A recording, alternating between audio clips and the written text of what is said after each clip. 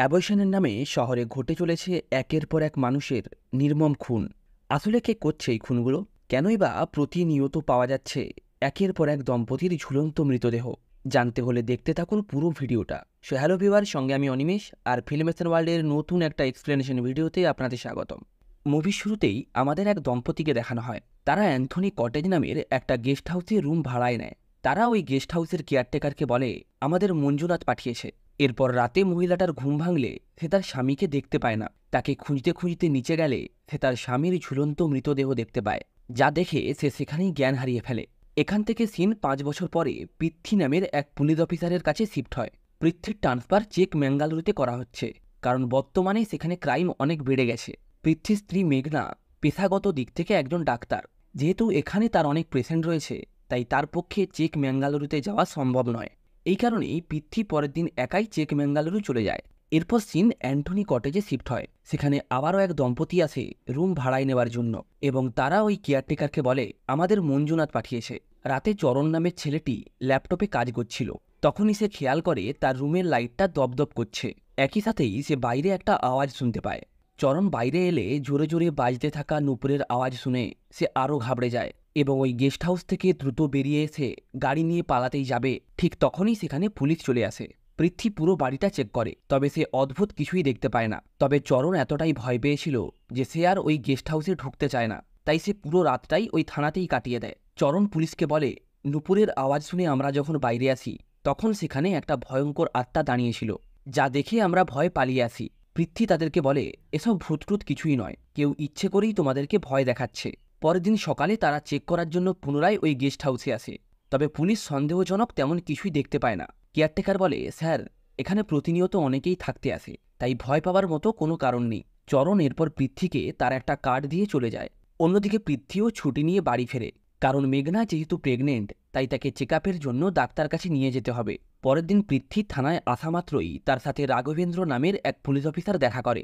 সে পৃথ্বীকে একটা ছবি দেখিয়ে বলে, এনার নাম পুরুষোত্তম, এনাকে কয়েকদিন ধরেই খুঁজে পাওয়া যাচ্ছে না। পুরুষোত্তম তার স্ত্রীকে নিয়ে ১৪ তারিখ অ্যান্টনি কটেজে উঠেছিল। সেদিন রাতে তারা সেখানে ভয়ানক কিছু দেখতে পায় এবং এই ভয়েই তারা কটেজটা ছেড়ে সেখান থেকে পালিয়ে যায়। তারপর থেকেই পুরুষোত্তমকে আর খুঁজে পাওয়া যাচ্ছে না। এরপর ওই কটেজের কেয়ারটেকার গোপালকে থানায় আনা হয়। তাকে পুরুষোত্তমের ছবি দেখালে সে বলে, আমি এদেরকে চিনি না। ৫ বছর আগে এখানে এক দম্পতি এসেছিল। তারা রাতে হঠাৎ করেই চিৎকার করে ওঠে। আমি বাইরে এসে দেখি ছেলেটা গলায় ফাঁসি লাগিয়ে নিয়েছে, আর ওরই ভূত এই বাড়িতে সবাইকে ভয় দেখিয়ে বেড়াচ্ছে। পৃথ্বীর এইসব একটা গল্প মনে হয়, তাই সে এইগুলো বিশ্বাসও করে না। তখন এক পুলিশ অফিসার গত ৫ বছরের এমন একাধিক মিসিং কেসের ফাইল পৃথ্বীকে দেখায়, যা দেখে পৃথ্বী অবাক হয়ে যায়। সে জিজ্ঞাসা করে, এই কেসগুলির তদন্ত হয়নি? ওই অফিসার জানায়, কটেজের মালিক অ্যান্থনি এমএলএর ভাই, আর পুরানো ইন্সপেক্টর তার বন্ধু ছিল, তাই এই কেসগুলির কোনো তদন্ত হয়নি। পৃথ্বী কটেজের রেজিস্ট্রি চেক করলে সেখানে কিছু জনের নামের সামনে একটা দাগ দেখতে পায়। গোপাল বলে, যারা ভয় পেয়ে পালিয়ে গেছে তাদের নামের সামনেই এমন দাগ দেওয়া আছে। এটা শুনে পৃথ্বী বলে, আমাকে ফালতু গল্প শুনিও না, ভূতকি তাহলে সবাইকে বেছে বেছে ভয় দেখাচ্ছে? এটা শুনে গোপাল একদম চুপ হয়ে যায়। পৃথ্বী এরপর ওই রেজিস্ট্রি থেকে নাম্বার নিয়ে মনু কুমার নামের এক ব্যক্তিকে ফোন করলে সে জানতে পারে ৪ বছর আগে এই মনু কুমার মারা গেছে। চেক ম্যাঙ্গালুরু থেকে বাড়ি ফিরে পরের দিনেই সে সুসাইড করে নেয়। পৃথ্বী তখন ওই রেজিস্টারে যাদের নামের সামনে দাগ ছিল তাদের সবাইকেই ফোন করে এবং জানতে পারে পুরো ১২৫ জন মিসিং, আর তাদের মধ্যে ৭০ জন মৃত, অর্থাৎ তারা সুসাইড করেছে। পৃথ্বী এরপর চরণকে ফোন করে, তবে দুর্ভাগ্যবশত চরণও সুসাইড করে নেয়। গোপাল তখন বলে, স্যার, এই গেস্ট হাউসে ভূত রয়েছে। কিছু বছর আগেই বিজয় কুমার ও প্রিয়মা নামের এক কাপেল এখানে এসেছিল। তারা এখানেই সুসাইড করে। তারপর থেকেই যারাই এই কটেজে আসে তারা সবাইকেই ভয় দেখায়। তবে এই নাম দুটো শোনা মাত্রই পৃথ্বী কিছুটা অবাক হয়ে যায়। এখানে আমরা জানতে পারি আসলে বিজয় কুমার হলো পৃথ্বীর দাদা। পৃথ্বী তার বাবাকে ফোন করে জিজ্ঞাসা করে তার দাদার মৃত্যু কোথায় হয়েছিল। পৃথ্বীর বাবা জানায়, চেক ম্যাঙ্গালুরুতে অ্যান্টনি কটেজে। ব্যবসার জন্য সে অনেক টাকা ধার করে এবং সেই টাকা শোধ করতে না পারায় সে আত্মহত্যা করে। দাদার মৃত্যু সহ্য করতে না পেরে প্রিয়মাও আত্মহত্যা করে। এসব শুনে পৃথ্বী অনেক কষ্ট পায়, তাই যারা যারা আত্মহত্যা করেছে পৃথ্বী তদন্তের জন্য তাদের বাড়িতে যায়। অন্যদিকে মেঘনা ছিল একজন সাইকেট্রিক, তাই তাদের মোটিভ বোঝার জন্য সে মেঘনাকেও সাথে নিয়ে যায়। পৃথ্বী চরণের বাড়িতে গেলে জানতে পারে সে আনম্যারিড, আর সে যে চেক ম্যাঙ্গালুরুতে গিয়েছিল তা তার বাবা জানতই না। অর্থাৎ চরণ যাকে তার স্ত্রী বলেছিল সে তার স্ত্রী নয়। পৃথ্বী অর্চনার সাথে কথা বলার জন্য তার বাড়িতে যায়, সেখানে গিয়ে সে জানতে পারে অর্চনাও আত্মহত্যা করে নিয়েছে। পৃথ্বী পরের দিন দিব্যার সাথে দেখা করে। দিব্যা একজন অভিনেত্রী। দিব্যা জানায় সে আর গণেশ কাজের সূত্রেই কাছাকাছি আসে এবং তারপর ভুলবশত সে প্রেগনেন্ট হয়ে যায়। তাই তারা অ্যাবর্শন করানোর জন্য চেক ম্যাঙ্গালুরুতে এক হসপিটালে যায়। তবে তখন ওই হসপিটাল বন্ধ ছিল। ওই হসপিটালের সামনেই মঞ্জুনাথ নামের এক ব্যক্তির দোকান ছিল। মঞ্জুনাথ বলে, আজ কিছুই হবে না, তুমি কাল এসো, কাল তোমার অ্যাবর্শন করিয়ে দেব। মঞ্জুনাথই তাদেরকে অ্যান্টনি কটেজে থাকার পরামর্শ দেয়। তবে সেই দিন রাতটা আমিও ভুলতে পারিনি। মাঝরাতে হঠাৎ করেই এক মেয়ের বীভৎস কান্নার আওয়াজ শুনতে পাই এবং বাইরে আসা মাত্রই আমি একটা আত্মাকে দেখতে পাই যে একা একাই পিয়ানো বাজাচ্ছিল। আত্মাটা আমাদের অনেক ভয় দেখায়, তাই আমরা ভয়ে সেখান থেকে পালিয়ে আসি। ব্যাঙ্গালোরে আসার পর থেকেই গণেশ সবসময় ভয় পেয়ে থাকতো, আর এর মধ্যেই সে একদিন হঠাৎ করেই সুসাইড করে নেয়। অন্যদিকে পৃথ্বী অর্চনার পোস্টমর্টম রিপোর্ট পায়। সেখানে লেখা ছিল অর্চনা সুসাইড করার সময় প্রেগনেন্ট ছিল। পৃথ্বী ধারণা করে অর্চনা হয়তো অ্যাবর্শন করানোর জন্যই ওখানে এসেছিল। পৃথ্বী এরপর একটু খেয়াল করে দেখে যে ৭০ জন মারা গেছে তাদের মধ্যে মেয়ে ছিল ১২ জন। তাই পৃথ্বী কৌতূহলবশত তাদের সবার পোস্টমর্টম রিপোর্ট চেক করলে জানতে পারে তারা সবাই প্রেগনেন্ট ছিল, অর্থাৎ সবাই ওই হসপিটালে অ্যাবর্শন করানোর জন্যই গিয়েছিল। কিন্তু হসপিটাল বন্ধ থাকায় মঞ্জুনাথ তাদের সবাইকে অ্যান্টনি কটেজে পাঠিয়ে দেয়। পুলিশ এরপর মঞ্জুনাথের বাড়িতে যায়, তবে দুর্ভাগ্যবশত ততক্ষণে মঞ্জুনাথও সুসাইড করে নিয়েছে। পুলিশ এরপর গোপালকে আবারও জেরা করে। গোপাল জানায় ৩ বছর আগে এই হসপিটালে একজন ডাক্তার সুসাইড করে, যার ফলে এই হসপিটালটা বন্ধ হয়ে যায়। তাই আমাদের গেস্ট হাউসে আর কোনো লোক আসতো না। এই কারণেই ওই হসপিটালে যেই আসতো মঞ্জুনাথ তাদেরকে বুঝিয়ে অ্যান্টনি কটেজে পাঠিয়ে দিত। তখনই আমি বুঝতে পারি ভূত শুধু মঞ্জুনাথের পাঠানো গেস্টকেই ভয় দেখায়। মঞ্জুনাথ তো কালকেই এক দম্পতিকে আমার কাছে পাঠিয়েছিল। পৃথ্বী তখনই সেই দম্পতিকে ফোন করে বলে, এখনই পুলিশ স্টেশনে এসো, না হলে তোমাদের মৃত্যু হতে পারে। এই কথাটা শোনা মাত্রই এরিন তার স্ত্রীকে নিয়ে দ্রুত থানায় আসে। পৃথ্বী পুরো পুলিশ স্টেশনে সিসিটিভি লাগিয়ে দেয় এবং সমস্ত পুলিশকে অ্যালার্ট থাকতে বলে। পৃথ্বী এরিনকে বলে, তোমরা এখানে অ্যাবর্শন করাতে এসেছো। এই কথাটা প্রথমে তারা না মানলেও পরে তারা এটা স্বীকার করতে বাধ্য হয়। পৃথ্বী বলে, বাঁচতে চাইলে আজ রাতটা তোমাদেরকে এখানেই কাটাতে হবে। এখান থেকে সিন মেঘনার কাছে শিফট হয়। মেঘনা দরজায় ধাক্কা দেওয়ার আওয়াজ শুনতে পায়, তবে সে বাইরে কিছুই দেখতে পায় না। এরপর সে বাথরুমে গেলে এক আত্মাকে দেখতে পায় এবং ভয়ে পৃথ্বীকে ফোন করে।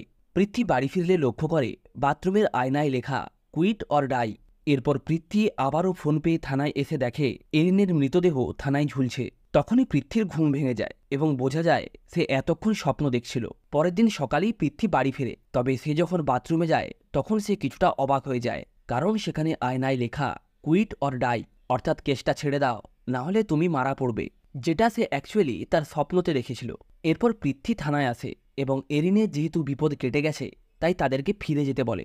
তবে এরিনের গাড়ি কিছুতেই স্টার্ট নিচ্ছিল না। তখন এক অফিসার গাড়িটা স্টার্ট করার চেষ্টা করে, তবে আচমকাই ওই অফিসার গাড়ি দিয়ে এরিনকে ধাক্কা মারে এবং বীভৎসভাবে হাসতে শুরু করে। এটা দেখে সবাই অবাক হয়ে যায়।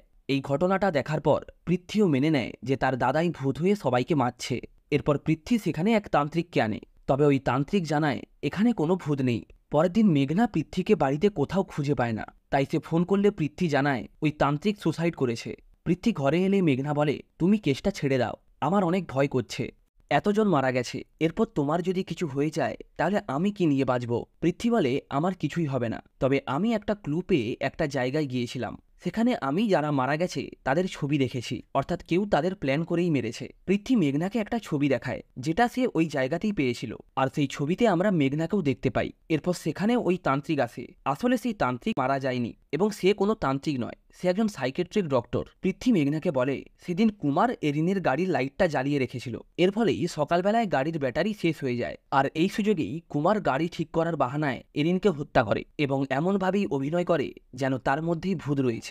আর এই কাজ তুমি কুমারকে করিয়েছো এবং এর জন্য তুমি তাকে ৫ লাখ টাকাও দিয়েছো। মেঘনা এটা মানতে না চাইলে পৃথ্বী তাকে ব্যাংক স্টেটমেন্ট দেখায়। পৃথ্বী বলে, আমি তোমাকে শুধু স্বপ্নটাই বলেছিলাম, আর তুমি আমাকে ভয় দেখানোর জন্য সেটাই আয়নাতে লিখে রেখেছিলে। তুমি মঞ্জুনাথকে ফোন করে আমার যাওয়ার কথাটা আগে থেকেই বলে দিয়েছিলে। মঞ্জুনাথের কাছে আর কোনো পথ না থাকায় সে বাধ্য হয়েই আত্মহত্যা করে এবং তুমি সেফ হয়ে যাও। এমনকি যারা মারা গেছে তাদের সবার শরীরেই এলএসডি ড্রাগ পাওয়া গেছে। মেঘনা বলে, আমি কাউকে এলএসডি দেইনি, আর আমি ওদের কাউকে চিনিও না। তখন পৃথ্বী বলে, আমি জানি ভালো করেই তুমিই দিয়েছো, কারণ ওরা সবাই তোমার পেশেন্ট ছিল, আর তুমি ঠিক এইভাবেই আমার দাদাকেও মেরেছো। মেঘনা এসব শুনে অনেক রেগে যায় এবং সে ছুরি দিয়ে পৃথ্বীকে মারার চেষ্টা করে। তবে ডক্টর রাজেন্দ্র তার ট্রিটমেন্ট করে তাকে শান্ত করে। রাজেন্দ্র পৃথ্বীকে বলে, মেঘনার সাইকোলজিক্যাল ডিসঅর্ডার আছে। মেঘনার জন্মের পর থেকেই তার বাবা কখনোই তার খেয়াল রাখতো না, কারণ তার 5টা মেয়ে ছিল, কোনো ছেলে ছিল না। এই কারণেই প্রতিনিয়ত তার মায়ের সঙ্গে তার বাবার ঝগড়া লেগেই থাকতো। একদিন ঝগড়ার সময় মেঘনার বাবা তার মাকে বলে, এবারেও যদি জানতে পারি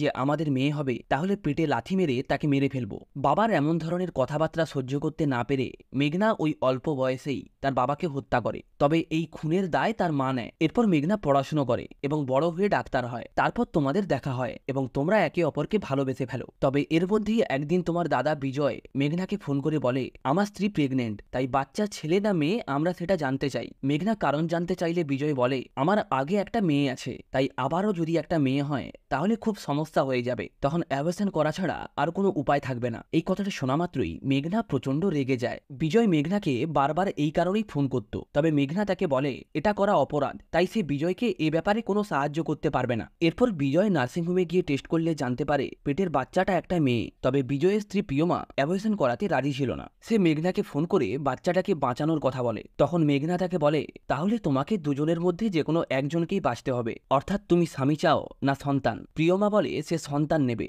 এবং এরপরেই তারা দুজন মিলে বিজয়কে মারার প্ল্যান করে। এরপর তারা যখন অ্যাবর্শন করাতে গিয়ে অ্যান্টনি কটেজে ওঠে, তখন মেঘনা বিজয়ের মুখে এক ধরনের ড্রাগ স্প্রে করে, যার কারণে বিজয় সেখানেই তার জ্ঞান হারিয়ে ফেলে এবং মেঘনা ও প্রিয়মা দুজন মিলে বিজয়কে ফাঁসিতে ঝুলিয়ে দেয়। তবে প্রিয়মা এইসবের জন্য নিজেকেই দোষী মানতে শুরু করে এবং সেও আত্মহত্যা করে নেয়। এই ঘটনার কারণে মেঘনার সাইকোলজিক্যাল ডিসঅর্ডার আরও বেড়ে যায় এবং সে অ্যাবর্শনের জন্য আসা সবাইকেই মারার সিদ্ধান্ত নেয়। এরপর থেকেই মেঘনা যারা অ্যাবর্শন করাতে চাইতো তাদের সবাইকেই নিজের চেম্বারে ডেকে বোঝাতো, অ্যাবর্শন করা পাপ, আর তোমার স্বামী নিশ্চয়ই মানসিক রোগে আক্রান্ত, তাই সে তোমাকে অ্যাবর্শন করাতে বলছে। এবং একই সাথেই মেঘনা ওই মেয়েদের এলএসডি ড্রাগ দিত তাদের স্বামীদের খাওয়ানোর জন্য। ওই ড্রাগটা নেওয়া মাত্রই যে কোনো নর্মাল মানুষ খুব ভয় পেতে শুরু করে। এই কাজের জন্যই মেঘনা গোপাল, নীলাম্মা ও মঞ্জুনাথকে অ্যাবর্শনের নামে ব্রেন ওয়াশ করে এবং নিজের দলে টেনে নেয়। মেঘনা রোগীদেরকে কল করে অ্যাবর্শনের জন্য চেক ম্যাঙ্গালুরু হসপিটাল সাজেস্ট করত। রোগীরা সেখানে আসলে তারা হসপিটাল বন্ধ দেখত। তখন মঞ্জুনাথ তাদের থাকার জন্য অ্যান্টনি কটেজে পাঠিয়ে দিত।